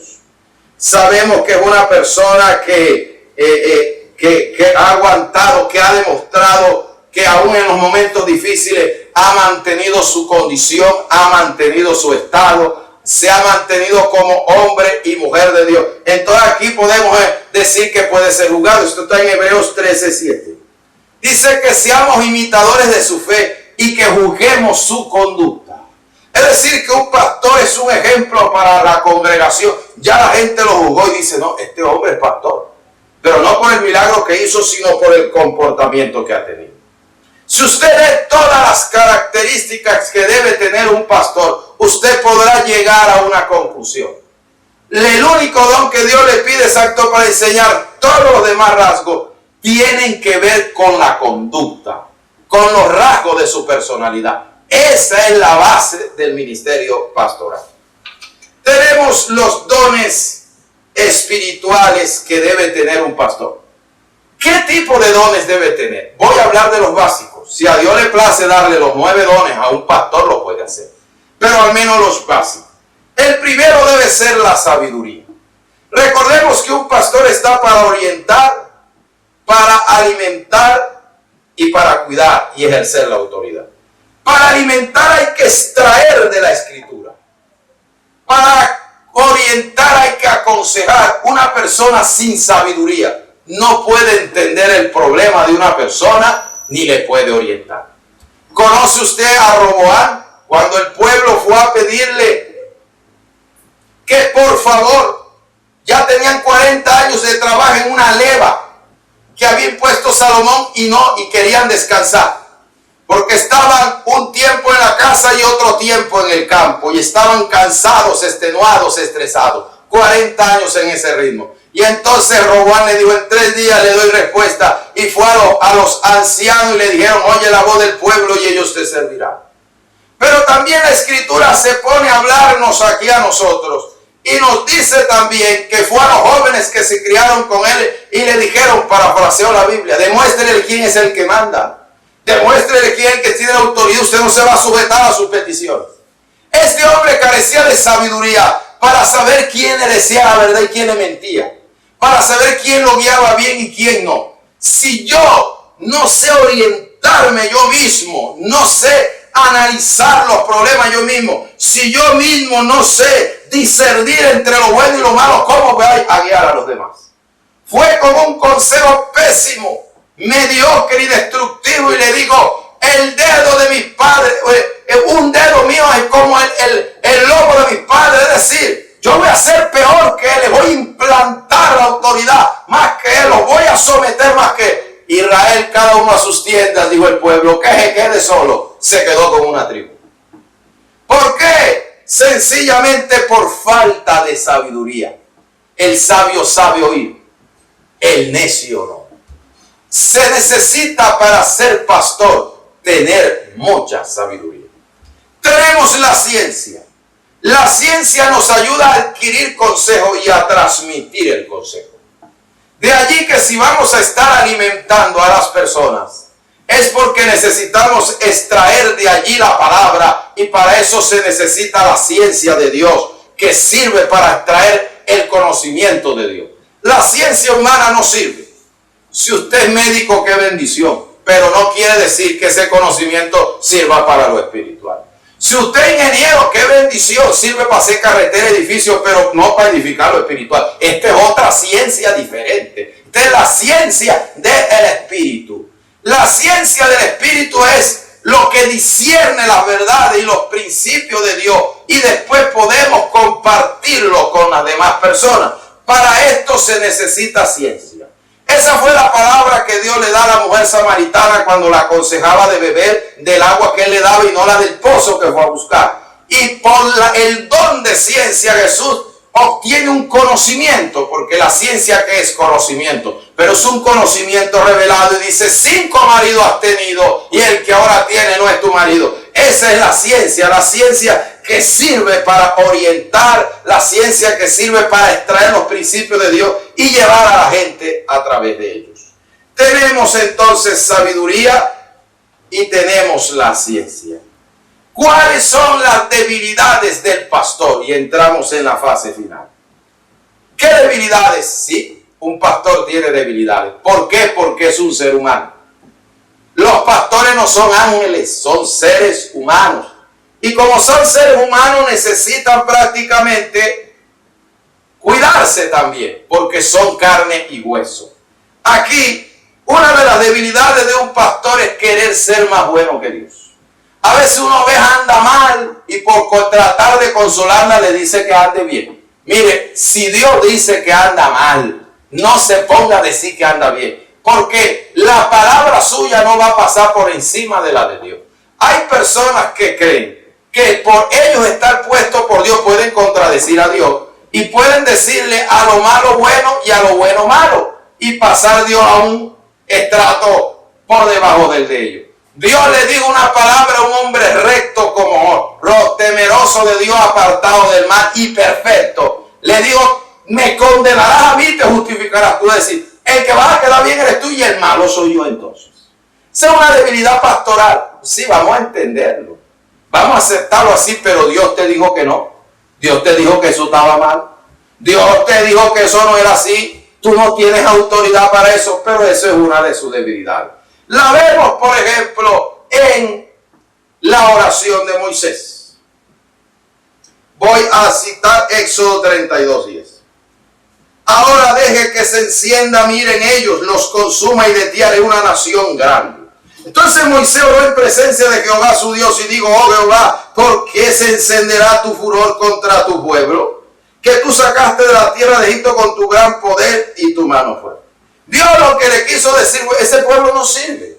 Ese pueblo no tiene temor de Dios. Ese pueblo es mejor acabarlo y levantar una descendencia. Pero Moisés quiso ser mejor que Dios.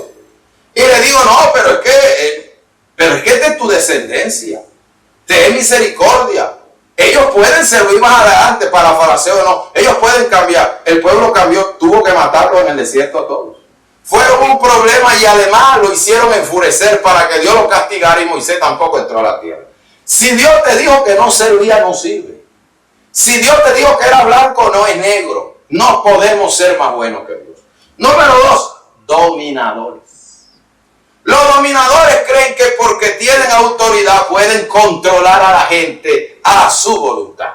La autoridad de un pastor termina cuando ya dejo yo de llevar a la gente a la voluntad de Dios para tomar la autoridad y que se haga la voluntad mía. Y esto es una tentación. No estoy diciendo que los pastores son unos manipuladores.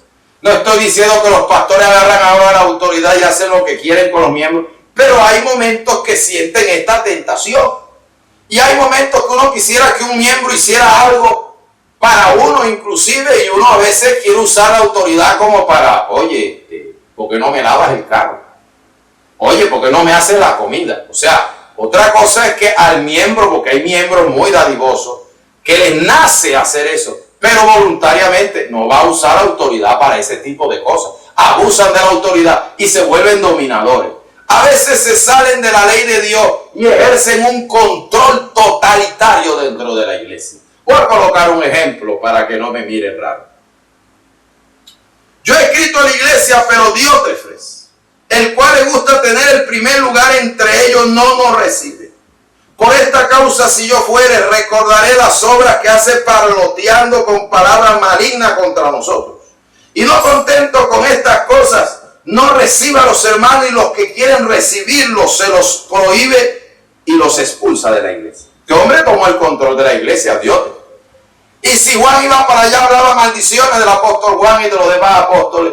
Y estaba prohibido que recibieran a un hombre de Dios en su casa y el que lo recibía lo echaba de la iglesia. Esto es un control totalitario, estaba fuera de los principios de Dios. Es una de las tentaciones.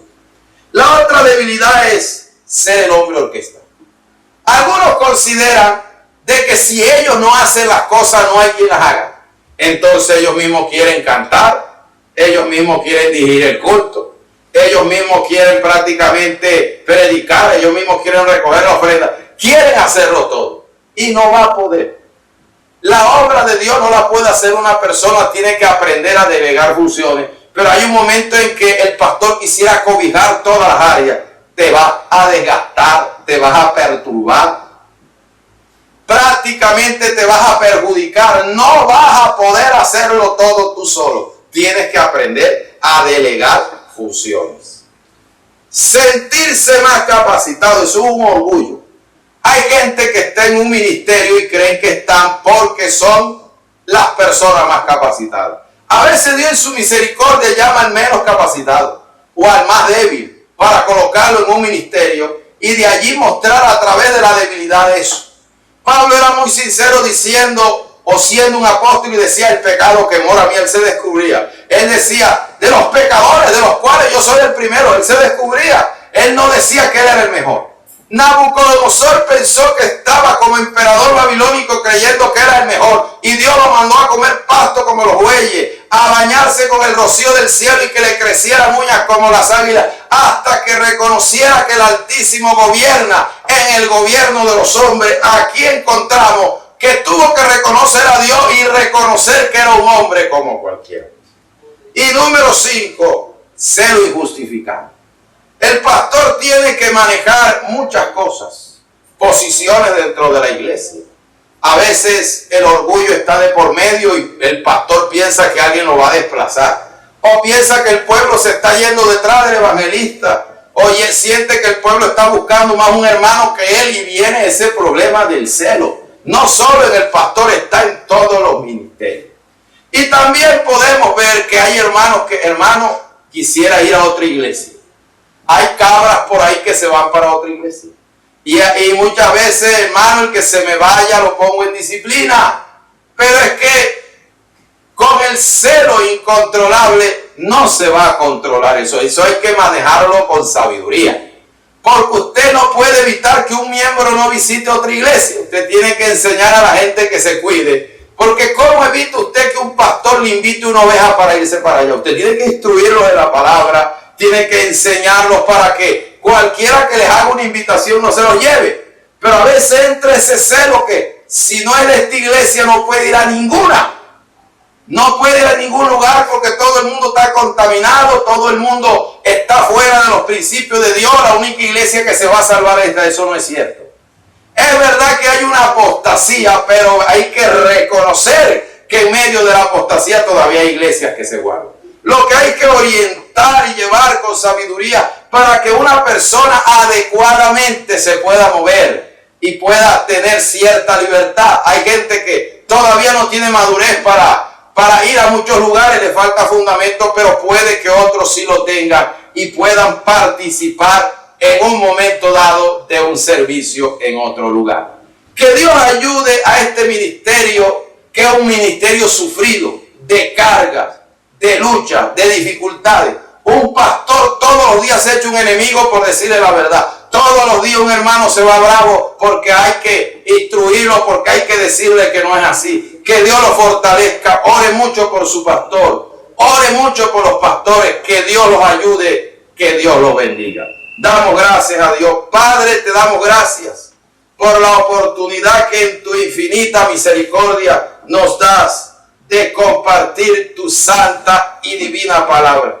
Bendice estos ministerios y sigue levantando hombres y mujeres de Dios que sirvan para administrar tu obra. En el nombre de Jesús, amén y amén.